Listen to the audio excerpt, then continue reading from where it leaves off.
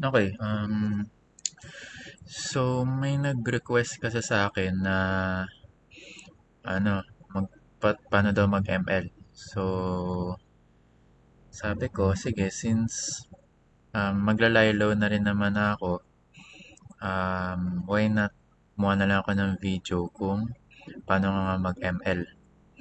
Okay, since pa-retire na rin naman ako, turo ko na lang sa mga next generation na maglalaro. So, share nyo na lang to sa mga panong mga kasama nyo or mga nagre-reklamo parati na hirap daw maka-reach ng mythic yan, mga ganyan. Ayan. So, yung ML kasi, wala kasi silang tutorial talaga kung paano mag-ML. Actually hanggang ngayon. Okay?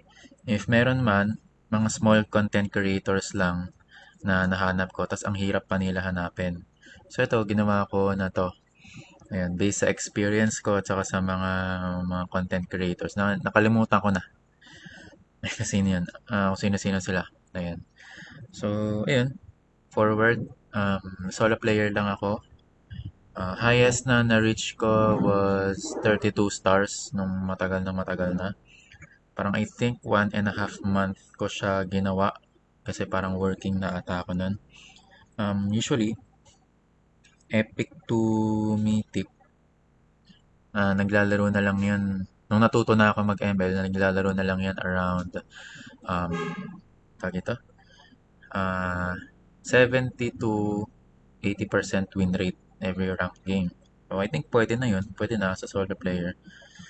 Ah, Itong tuturo ko, tatawagin ko na tong by the book. Okay? By the book na kung paano maglaro ng ML. So, compiled ko to from small YouTubers na nagtuturo ng ML. Okay? Ah, Ayan. So, yung focus ng tutorial na to mainly about sa jungle or core. Bakit? Kasi sa ML, jungle or core kasi yung may pinakamaraming kailangan gawin. Mainly, sa kanila kasi nakasalalay kung paano mag-open ng objective and paano mag-gank and dapat ma-secure yung objective na yun. Um, Ayan, so kung gusto mo matuto mag-ML, mare-recommend ko talaga jungle yung pinaka-best. Best way to practice sa lahat ng kailangan. Ayan, tapos, for this season, para proof lang na nag-ML talaga ako. Ayun, 36, nung itong season 36, nung naka 113 matches ako, around 69.9% win rate. Pero nung naka-reach ako ng Mythic, after nung placement, nasa 75 yan.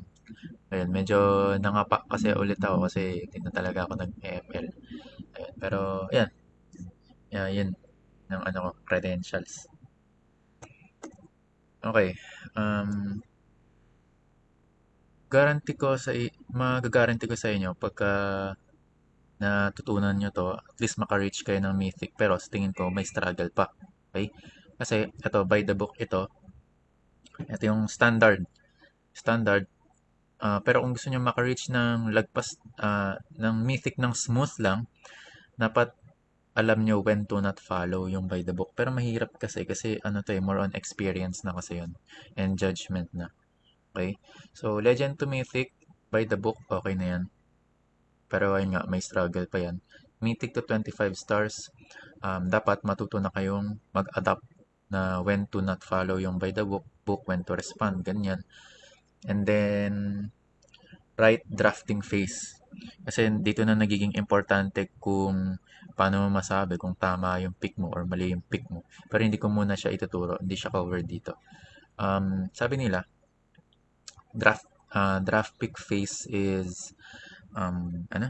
80 to 90%, dun mo na malalaman kung mananalo pa kayo sa game or not.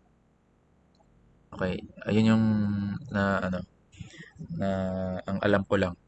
Yan, kaya minsan akala mo kahit magaling ka kung mali yung draft pick nyo, talo kayo.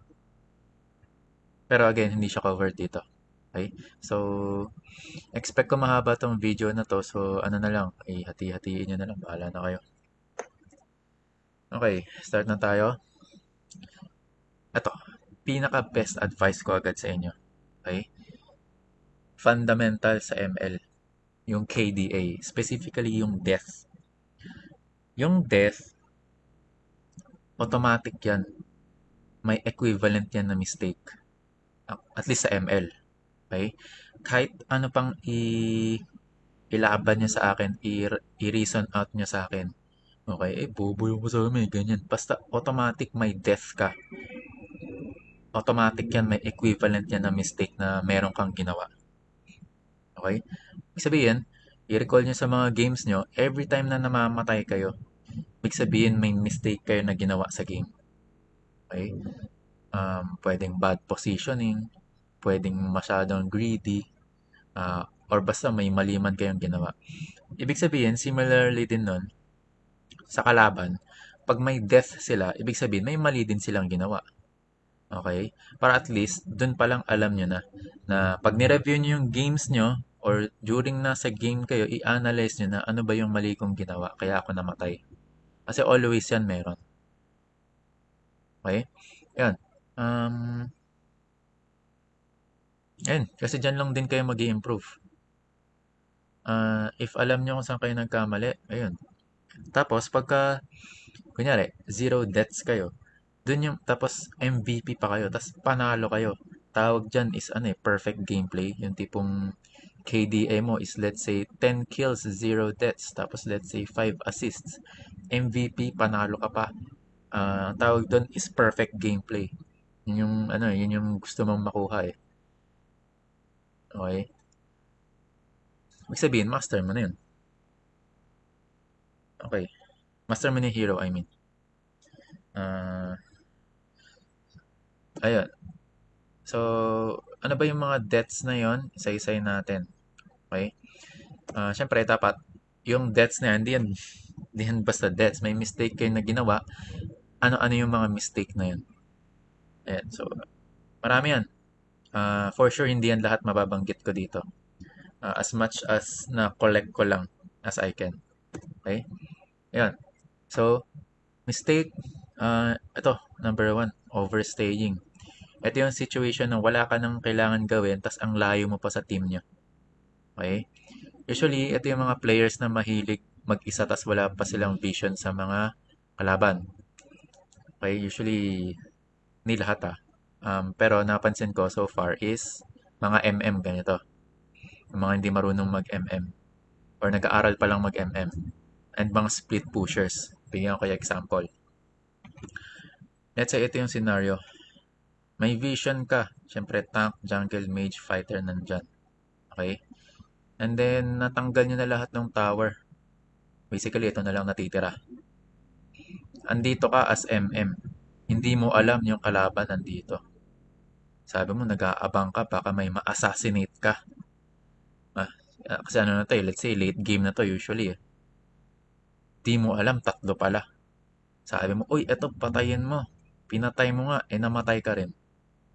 Mistake yun. Diba? Mistake yun. Mistake mo, overstaying. Mistake mo yun, so may equivalent na death. Okay? Yun. Ibig sabihin, inaatake mo yung kalaban, pinatay mo to, tapos di mo alam may kasama pa pala. Mali mo yun.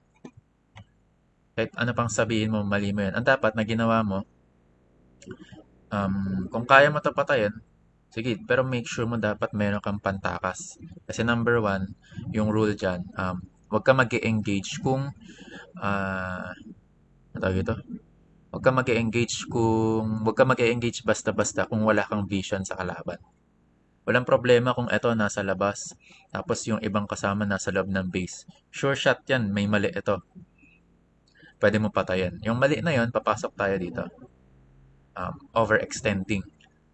Yan. Usually ito yung tinatawag niyan na malalim. Masyado kang malalim. Yan, ganyan, mga ganyan. Ano naman yon? Overextending or malalim, yung may ginagawa ka pero pinipilit mo pa rin. Okay? So, tulad kanina, balik tayo dito. Let's say ito wala. Okay? Let's say ito wala. Let's say nandito yan. And then yung 4 pa na teammate. Ito, let's say nagpo-push ng minions, nagka-clear ng minions. Mali niya. May ginagawa siya, malayo, malayo naman yung kasama, overextending siya. Hindi makakarespo yung kalaban, ay yung eto. Tapos syempre, pag namatay siya, sasabihin nito, ba hindi kayo tumitingin sa mapa? Tagal. Diba? Actually, yan yung mga comment eh. Yan yung mga comment. Pero hindi mo alam, ikaw pala yung may mali. Ano yung mali? Overextending. O, dito naman sa example, let's say ikaw, nakita mo itong apat na to, pabalik na. Ikaw, nagpo-push ka pa rin, let's say. Nagpo-push ka pa rin. Sabi natin, nananalo kayo. Nananalo kayo, tas patipi-tipi ka pa sa kalaban. Nakita mo to, hindi mo alam, meron pala dito sa gilid. Ginanon ka, nilikuran ka. Diba? Namatay ka. Mistake, may mistake.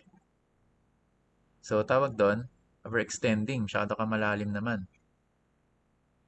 Okay? So, yun yung sabi ko. Basta lahat ng deaths yan, equivalent may mistake kang ginawa. Kahit ano pang sabihin mo.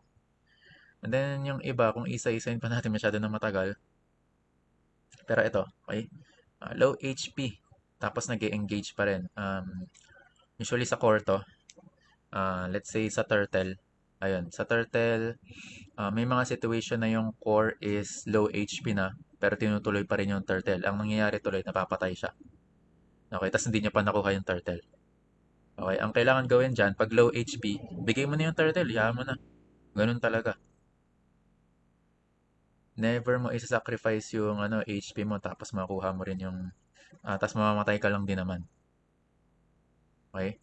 Hindi na baling ibigay mo yung turtle pero may counter strategy ka. Next, yung counter strategy pala na yun, mention ko yun baka sa next part ng video. Next, yung greedy. Alam niyo na to, masyado kang greedy, puro na lang kill. Okay? Minsan naman kasi ano, masyadong nag-engage parate. Kaya nagiging kill na lang ng kill. Tapos hindi na napapansin na hindi na pala sila nakakuha ng objective. Usually, yung mistake na to is ano to? Pag yung rhythm ng nyo as a team is puro na lang kill. Puro ganun na lang nangyayari. Usually sa to, legend pababa. Ayun, sa mythic, 25 stars, medyo hindi na masyado. Not looking at the minimap, alam nyo na yan. Usually yan, epic pababa ang may mali dyan. Failure to predict enemy movements, usually sa legend yan. Hindi nyo na pe-predict kung saan papunta yung galaw ng kalaban. Failure to recognize yung kalaban nyo snowball na. Okay, dito usually ang situation is palag na lang kayo ng palag tapos di man lang kayo nagtataka bakit every time na pumapalag tayo, namamatay din tayo. Hindi nyo napapansin yung kalaban nyo, ang taas na pala ng level. O yun, which is, ito, failure to recognize yung level gap saka item gap. Ang laki na pala ng level kayo, level 10, yung kalaban nyo, level 13, kaya pala namamatay kayo every time. Diba? Hindi nyo chinecheck yung level ng kalaban. Yun. Siyempre may mga another strategies pa ulit yun. Next, failure to recognize when to retreat or advance. Ito yung sugod lang ng sugod. Yung sige, palag lang ng palag. Tapos itong mistake na to is one by one. Ito tawag ko dito one by one. Usually sa skirmish or clash. Nangyayari to pagka nag-clash. Tapos ang nangyari, nauna si tank. Namatay si tank. Usually nangyayari to sa skirmish or clash. Nangyayari, pumasok si tank. Usually nangyayari to sa skirmish or clash. Okay? Well, let's say pumasok si tank. Nangyari naman, namatay si tank. Pumasok si fighter. Namatay si fighter. Pumasok si assassin. Namatay si assassin. Hanggang sa na-wipe out na kayo lahat kasi pa isa-isa yung pasok niya. Yan usually sa legend yan. Madaming ganyan. Pero sa mythic, meron pa rin. Pero hindi na ganun. Okay? And then yung mga advanced mistakes is yung Itong passive playing, which is medyo, ano kasi, yung passive playing kasi is, ano, usually ito yung moment na natututo ka na. Although mistake pa rin siya. Usually, sa jungle ito. Kasi sa jungle, una-una mong maririnig talaga dyan yung ganitong tutorial. Okay, paano mag-rotate? Ma-mention ko mamaya. Paano mag-rotate? O sige, sabi sa tutorial, ito. Tapos pagdating mo sa game, at ito, exactly, ito, yan at yan yung ginawa mo. Tapos magulat ka, natalo ka pa rin. Ginawa mo naman na yung sa tutorial. Kasi passive playing ka. Sinusundan mo yung tutorial masyado. Hindi kasi ganun sa ML. Hindi ganun sa ML. Dapat, you'll know when to not do yung tutorial. Kasi ano, actually mahirap din kasi talagang judgment and experience to. Ayun. Pero ayun nga, passive playing masyadong tutorial yung galawan or by the book. Okay, next. Basics ng ML. Map. Punta na tayo sa map. Okay? Okay, turtle positioning. Always yan. Sa first turtle nyo, nasa XP lane yan. Okay? Baka may hindi pa nakakaalam. First turtle, XP lane. Baka may hindi pa nakakaalam. First turtle, always XP lane. Tapos magpapalit-palit na lang yan. Okay? Okay. Ngayon, excuse me. Dapat, importante kasi yan kung saan yung papunta yung jungler ng kalaban. Okay? Example, XP lane ka. Nakita ng roam, dito yung kalaban, jungle. Okay? Ideally, paano papunta yung jungle? Kalaban na jungle. Okay? Kunin niya to, red buff. Kunin niya to, blue buff. Kunin niya to.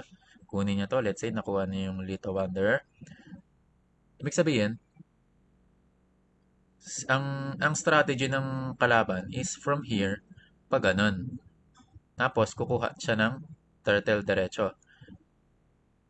Ibig sabihin din nun, sa'yo siya magagank ng core.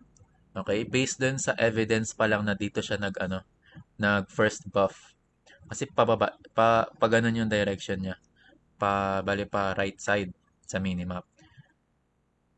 Kaya importante kung saan yung side ng turtle.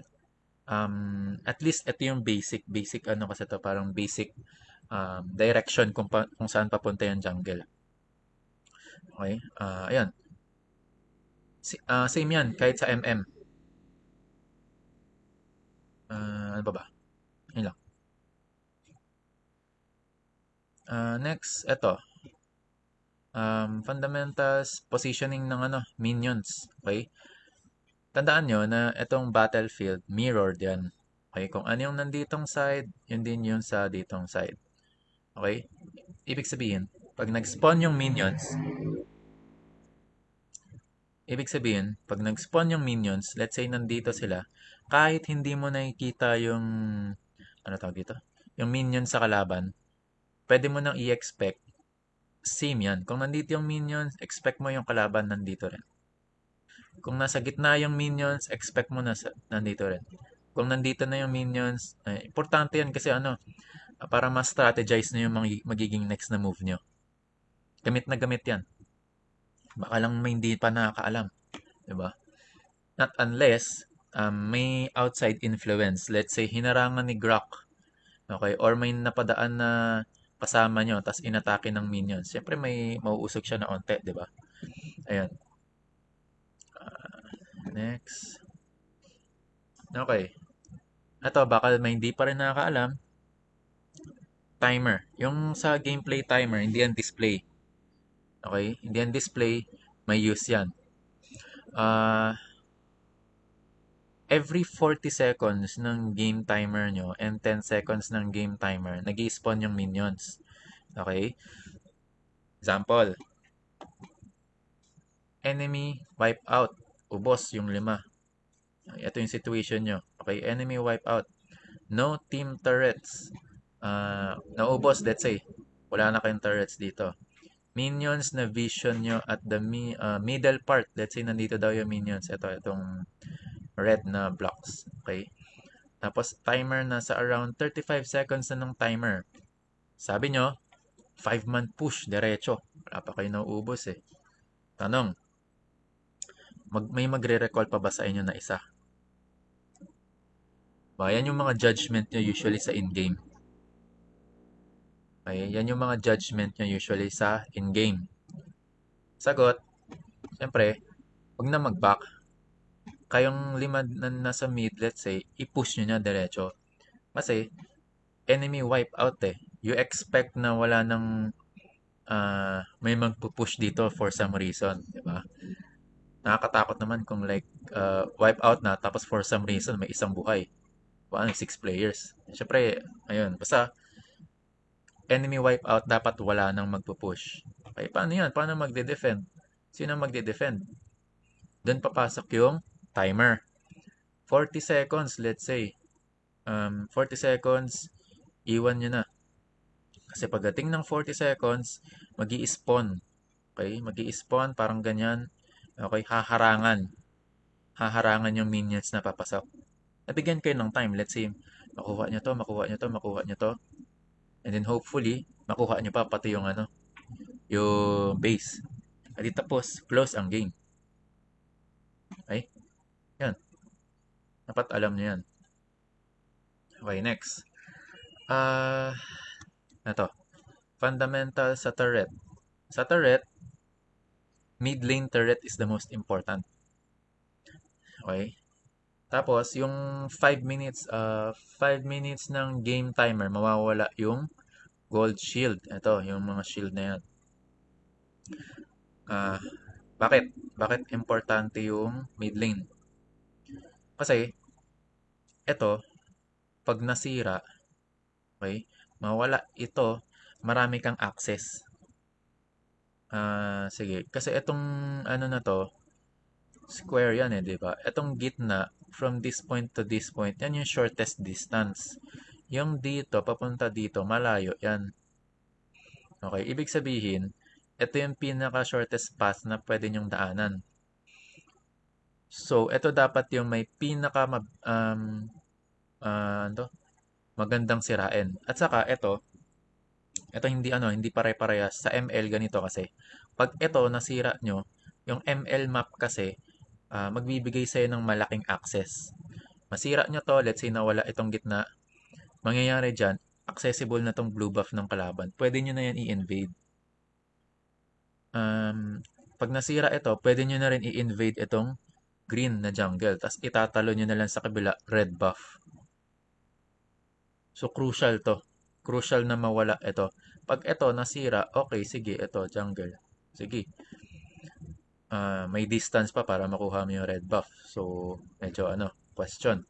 Ito, same din. Ito lang makuha mo. Pero pag ito nakuha mo, ito agad. Tsaka ito. Kaya mo pa itawid, makuha mo pa yung red buff agad. So, crucial na maprotektahan. Ngayon, sa game kasi, may mga games talaga na mahirap kunin yung mid lane turret. Talagang for some reason, malakas mag-defend yung mage. Paano yan? Ito nga yung importante. Ano to? Ang judgment mo dyan, and based sa experience ko na rin, pag ito, mahirap kunin yung gitna, unahin mo muna yung side. Let's say, after 2 minion waves, dinidiskartehan mo talaga kunin yung mid lane. Kasi nga, di ba? Ito yung pinaka-shortest. Maraming access pag nakuha mo. Magaling talaga yung mage. Unahin mo yung side. Based sa experience ko, it's either of the two na mas madaling sirain. May mga games talaga na ang hirap kunin na ito. Unahin mo muna to. Mas unahin mo to. Generally, mabilis na lang to. Yun usually yung pattern. Okay? Ayan. Next, ito. Fundamentals din muna tayo sa bush. Okay? Ito, yung sa bush, tingin ko marami pang hindi nakakaalam na ito. Usually, mythic, kahit sa mythic. walang nakakaalam nito. Yung icon na to, may dalawang ano yan, situation. It's either walang delay, ibig sabihin, pagpunta mo sa bush, lumalabas agad, agad ito, or may delay. May delay, parang I think 0.5 seconds. Basta ano yan, noticeable delay. Okay? Pag ganyan, ibig sabihin, tawag ito, may kalaban sa bush na malapit. Nearby bush. Okay? So, ayun. Kung wala, edi ibig sabihin, walang ano, walang, ang tawag ito, walang nearby na kalaban. Okay? Pero pag meron, ibig sabihin lang yan, nakita ka ng kalaban na pumasok sa bush. Okay? Uh, Nearby enemy or enemy saw you going to the bush. Yan. Dalawa yan. Either nakita ka ng kalaban na pumunta sa bush or nung nag-trigger yung atong delay, may kalaban sa bush na yan kung saan man. Punta tayo dito. O ngayon, turo ko sa inyo kung saan to usually gamit. Okay? Kunyari, eto ka. Okay, pumunta ka from here pa ganyan. Nag-trigger to, sabi with delay. Nagkaroon ng delay. Teka.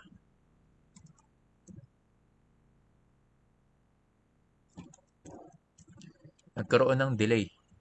Based sa minimap, ano yung closest na ano? Bush. Diba?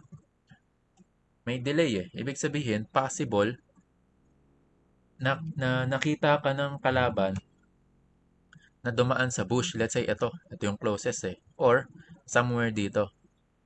Ibig sabihin, sure mo na may kalaban somewhere dito and nakita ka na pumasok sa bush. Yun, ganun siya ginagamit. Next, usually dito yan. Kunyari, core ka or roam ka. Okay? Pumasok ka pa ganun. May MM dyan. Ang nangyari, nagkaroon ng delay. Ibig sabihin nun, nakita ka ng MM na pumasok sa bush. So, syempre, natural effect niyan, kung tumitingin yung MM sa minimap, mag-iingat na yan. Ibig sabihin, igagank siya. Okay? Yun yung ano, para alam nyo. Kasi gamit na gamit yan. Lalo na mga jungle tsaka core. Yan, kayo yung dapat may pinakaalam dito. Next. Okay, isa-isayin natin. Medyo madami to. Bush. Okay. Bush naman. Okay. Turo ko muna sa inyo yung parts ng mga bush. Tapos, pag-usapan natin yung dead zones. May mga dead zone, may tinatawag na dead zones sa ML.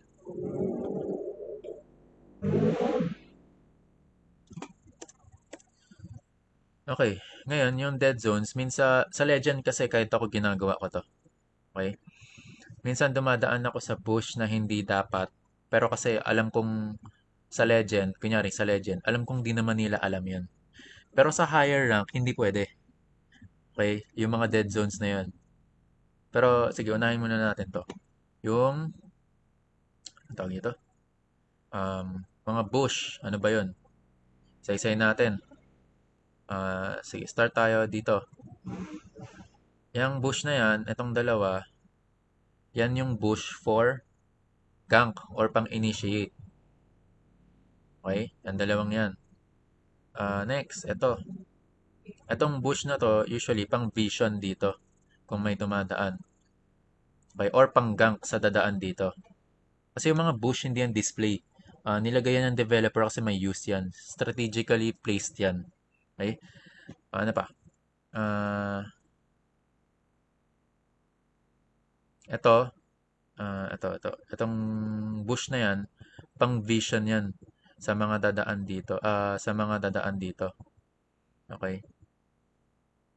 Pang gank din. Pang-gank din kung gusto niyo mag-invade. Kunyari dito, tapos may nag-aantay pala dito. Yan. Usually, yan yung use niyan. Eto, ano yung purpose ng bush na yan? Yung bush na yan, pang vision sa mga pupunta, pag ganun, okay? Or, pang-gank sa mga magta-turtle. Let's say nauna ka. Let's say jungle ka, nauna ka na dito. Yung enemy jungle nakita mo papunta pa lang. E di, pwede mo siya i-gank. Okay, yan yung purpose niyan. Tapos, ano pa ba? Ito, yung bush na yan dyan, ano tawag ito? Tinatawag ko yan na ano pang mage gank na bush. Okay, kasi usually, kung magro-rotate man yung mage, let's say core ka, assassin ka, you expect na si mage pupunta dito. Okay? Pwede mo gawin, mag-antay ka sa bush dito. Kasi, pupunta yan dito eh. Pwede mo na siya i-gank. Okay, kaya nasabi kong ano to? Pang mage, ano, pang gank sa mage. Okay? Meron din, isa pa, ito. Ito, yan. Ito, ito, yung isa pa dito, tsaka ito. Yan. Pero, sige, ito. Yung purpose na yan, actually ito, yan, sa kalaban na side. Okay? Yung purpose na yan, um, usually, ano, pwede siya pang gank. Saka, actually, pang gank eh. Usually, pang gank lang to. Saka pang ano, tawag to, pang recall. Ayun. Yung mga magandang place pang recall. Hindi to usually ginagamit. Pwede mo siya gamitin pang gank. Okay, paano? Magagamit lang to pagka kunyari Amon or Natalia. Dito siya pwedeng gamit na gamit pang gank sa MM. Okay, example. Example, MM na gank mo. Okay, namatay siya. Siyempre magre-respawn. Nung nag-respawn, Amon ka o let's say, sige. So, sabi dito pwede daw ano, gamitin pang gank. Para ang point diyan, pagka nag-respawn siya, 'di ba namatay lang o nag-respawn ulit, ang mangyayari diyan, pagbaba, papatay mo lang ulit. So parang double dead yung MM tuloy. Ayun, usually effective yan kay Amon. Ang alam ko kasi nakikita ka dyan sa bush ng kalaban. So medyo risky siya, not unless Amon ka or Natalia or may ano ka, one hit delete na skill tapos may escape ka din. Ayun, pero kay Amon kasi works well sa bush na to. Ayan, tapos ano pa? Ito, yung bush na yan. Ah, ito, yung bush na yan. Usually, yung use ng bush na to, um, pwede mo gamitin pang gank. Okay, let's say may MM papunta dyan, pwede mo i-gank. Basta available to. Available to, may papunta dyan, pwede mo i-gank. Okay? Or, may hero dito, may kasama ka dito, pwede mo ang tawag dito, pagtulungan, pwede nyo siya i-corner para makuha niyo yung tower. Usually ganun yung strategy. Pagka gusto mo ito makuha, mag-abang ka dito sa bush. Kung may lalapit, patay. Kung may lalapit, patay. Kung may hero dito, corneran nyo, patay. Kuha nyo tong turret. Ayun, yun kasi yung purpose nito, ng bush na to. Ano pa ba? Ito. Ito, yan. Itong bush na, itong bush na to, medyo, ano to, tawag ito, maraming use. Okay? Maraming use yung bush na to. Pwede mo siya gamitin pang gank pag may mag invade. Okay, magka-counter, mag invade pwede mo sila i-gank. Okay? Pwede mo gamitin yung delay nung mata na icon para malaman mo kung may kalaban dito. Let's say ano, pumunta ka dito tapos may delay yung eye icon. Ibig sabihin may kalaban dito. Okay, yun yung use nun. Ano pa ba? Ayun. Ito, pang tulak lang ng ano buff eh. Usually pang tago ng buff. Ano pa ba? Ito, pang vision. Pang vision naman to sa pang vision kung nag invade or sa case nyo kung dito, sorry, kung dito kayo, pang, paano ba? Let's say kung kayo nandito, pang vision kasi to sa mga kalaban na papunta. Tapos usually diretso back na yan. Or, pwede nyong gawin, tawag ito, pang-gank. Okay, pang-gank siya. Let's say, ito, papush sila dito. Pwede mo kasi gamitin to pang likuran. Pero medyo pang likuran or basta gank. Medyo mahirap siya ano, i-execute eh. Next, ito. Itong bush na to, ano lang yan, pangtago, pangtago sa bush, pang-gank, pang-vision. Yun. Yan, yun yung mga purpose niya. Okay. Next, punta tayo dun sa dead zones. Okay, sa ML may mga dead zones. Ito yung sinasabi ko na sa higher rank, okay, pag dumaan ka sa dead zones na bush na to, halos sure kill ka dito, sure death ka dito. Okay? Yan yung sa higher rank, usually yan yung inaabangan ng mga higher players na inaabangan na magkamali ka. Saan yan? Ito.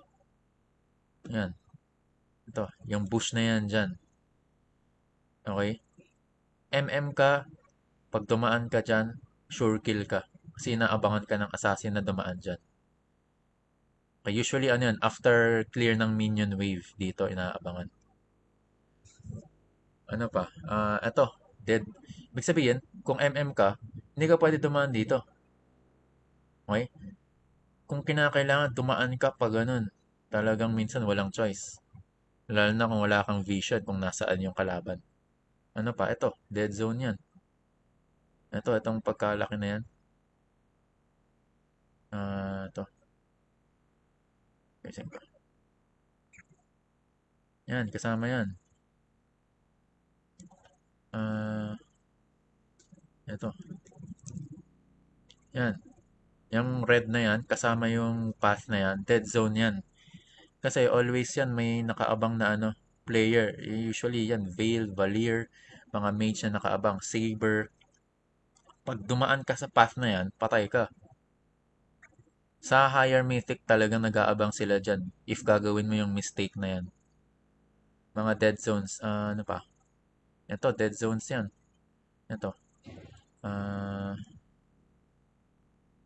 ito, dead zone yan. Dead zone yan. Pagka pumunta ka dyan, high chance may mga, usually dyan tumatambay yung hero for gank. Okay? Yan yung mga hindi mo pwede gawin, lalo na kung MM mage ka. Dadaan ka dyan, oh, sure kill ka dyan. Okay, so paano yan? Kung may dead zones yan, hindi mo pwede sabihin na ano, pumunta ka pagka layo-layo, di ba?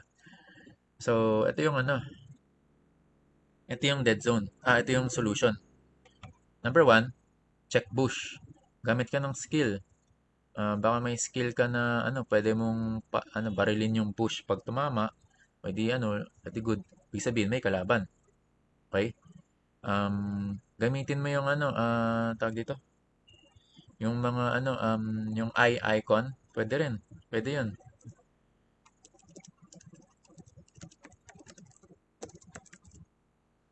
Um, pwede 'yun. Mangyayari, paano ba? Parang let's say gusto mo malaman kung may hero dito. Let's say dito may hero dito. Pwede ka dumaan dito. Kung nagdi-delay yung eye icon, may kalaban. Kung nagdi-delay yung eye icon, yeah, may kalaban dito. Ayun, kailangan ma-maximize mo. Pag wala talaga, mag-elimination method ka. Okay, let's say MM ka. Gusto mo pumunta mid. Paano yan? Sabi, dead zone to. Hindi naman ako pwede doon. Hindi rin ako pwede gumanon. Dead zone to. Paano yan? Elimination method based sa evidence. Let's say, yung jungle. Ay, sabi ng Rome. Nakita ng Rome, nandito yung jungle. Start, ito, blue buff. Okay? Uh, after turtle. So, ito, blue buff. Dumiretso siya dito. So, I expect, ang mangyayari, hindi ka gagank ng jungle kasi ito nagsimula eh. Tapos ito pangalawa. Sa expect mo dito siya magagank. Okay? Hindi ito perfect ah.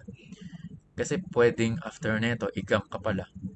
Okay, yun yung purpose ng yung purpose ng room para malaman yung as much as possible yung positioning ng kalaban. Pero ayun nga, ideally muna tayo ito siya. After nun, ito. Ibig sabihin, pababa siya. Tapos, let's say yung mage, pababa din, pag ganun, yung direction. So, with that conclusion, pwede mo na sabihin na lahat sila papunta dun kasi i-gank nila to. So, at least, pwede mo na sabihin, safe ka dumaan dito. Okay, kailangan ma-eliminate mo yung mga judgment para masabi mo na, pwede dito. Okay, pero syempre, hindi rin siya nag-work every time. Talagang nasa skill talaga minsan. Yung mga information as much as you can. Okay, so, ayan.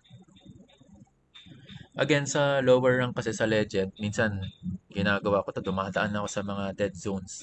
Kasi alam ko naman na hindi alam to ng mga Legend. Pero sa Mythic, 25 stars, sure yan.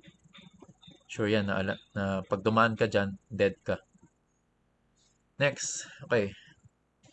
Fundamentals, objectives. Ito yung mga kailangan mo kunin para manalo. Okay? Objective nga eh. Ano yun? Buff. Objective yan. Sorry, ito, buff. Itong apat. Objective. Turtle. Ito, objective. Lord. Objective. Turret. Ito, yan. Objective yan. Base. Objective. O ngayon, tanong, hero ba? Objective ba? Diba? Yun yung mga patay ng patay. Di naman objective eh. O, ang sagot, hindi siya objective. Okay? Pero minsan, nagiging optional or needed. Paano? Let's say,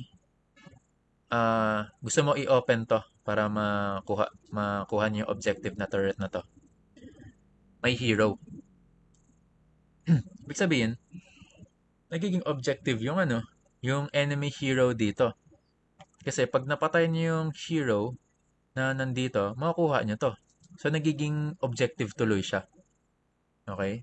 So, depende naman eh. Basta ang situational kasi siya. Pero ang objective naman kasi talaga is eto.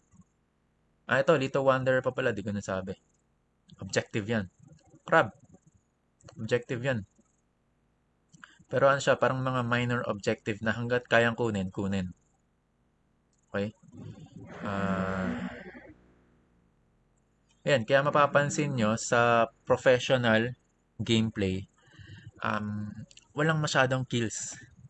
Walang masyadong kills, lalo na sa mga semifinals, finals round ng ML na professional. Walang masyadong kills, malinis lang. Objective, ito, afternoon, ito. Walang mga kung ano-anong galaw pa na kung anong ginagawa. Puro objective lang. Kung kailangan ng kill, may reason yun kung bakit nila ginawa. It's either kasi kailangan nila patayan to kasi para makuha nila to. Or syempre, nagkamali yung hero. Diba? Kasi babalik tayo sa basic. Pag may mali, automatic, may equivalent na death. Okay, next yung concepts. Ito, ano na lang to, mga concept. Rotation. Okay? Rotation, parati nyo ito maririnig. Unang makaka-encounter nito yung mga junglers na nag-aaral kung paano mag-jungle. Ma-mention yan agad. Rotation, ano ba yun? Pero bawat roles naman may mga rotation. Sa jungle lang talaga unang ma-mention to. Rotation. Ibig sabihin, ito yung step by step na kailangan mong kunin para efficiently ka gumalaw. Okay? Example, basic rotation, jungler. Let's say, gusto mo i-gank si MM. Okay, so ang gagawin mo, red buff, una. Next, blue buff. Next, kunin ito. Next, let's say, Little Wanderer nandito. Kung hindi man, ito, kunin mo. Okay? Then gank. Pag nakuha mo to or Little Wanderer, automatic level 4 na yun. At tapos gank, MM. O, yun yung rotation.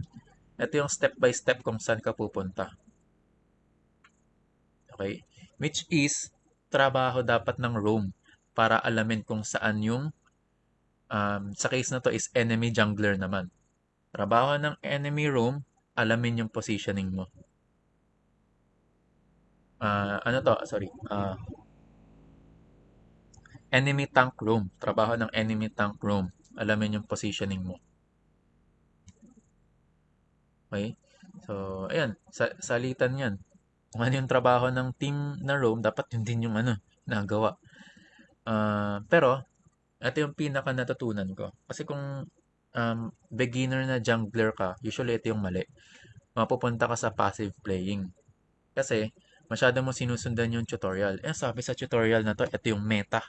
Meta na rotation. Sige, ito. Mamatay na yung kasama nyo. Minumura ka na. Tapos ito pa rin. Sabi mo, ito yung turo sa tutorial eh. Bakit natatalo pa rin ako? Kasi, dapat wala kang sinusundan na rotation. Okay? Kahit yung sinabi ko na basic rotation, dapat hindi mo sinusundan yun. Dapat always adaptive yung rotation. Paano yun? Um, Ganito. Let's say ito, red buff. Okay? Blue buff. Nakita mo, 2-man, ginagank yung mage early pa lang. Tapos let's say half na yung HP or 1/3 na lang yung HP. Itutuloy mo pa ba dito? Yes, sasabihin mo, sabi ng sabi sa tutorial kunin daw yung jungle na to or Lito Wanderer, so dapat ito gagawin ko. Hindi, mag-adapt ka. Okay? Mag-respawn ka, patayin mo yung dalawa, may dalawa kang kill na nakuha. Okay? So, ayun. Yun yung sinasabi kong wala ka dapat sinusundan na rotation kasi mag-adapt ka based sa galaw din ng kalaban. Wala ka dapat ideal na rotation. Lalo na sa mga mid-game, late game, dyan yan mas crucial. Okay? Siyempre, dun sa na-mention ko kanina, since namatay yung nag-gank sa mage, automatic, may mistake silang ginawa. Mababalik tayo dun sa kung paano mo i-improve yung sarili mo naturally based dun sa mistakes. Okay? Ayun. Pinaka-importante yan kung gusto niyo matuto yung rotation. Next is yung word na flow. Basically, lang to, direction lang to kung saan papunta yung kalaban. So, ano to? So, kunyari, kung jungler ka, ang flow mo, or basically, direction mo lang naman is, let's say, pa-top lane. Yun. Usually kasi na-mention to sa minions. Okay? Flow mo, let's say, yung maayos yung flow, yung pagpunta ng minions. Ayan, yan, ganun. Basically, direction lang talaga. Okay? So, yan. Marami pang concepts, actually. Marami pang concepts, pero itong dalawa lang muna. Pero medyo, late na pala. Sige, hanggang dun lang muna. Yan lahat ng fundamentals. Dadagdagan ko na lang part 2,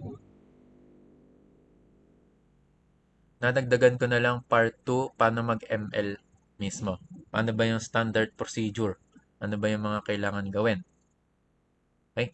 So, ayan. Itutuloy ko na lang kasi alas 1 oras na rin. Ayan muna for now. Basta tandaan nyo lang, pinaka-important na advice ko is yung deaths nyo.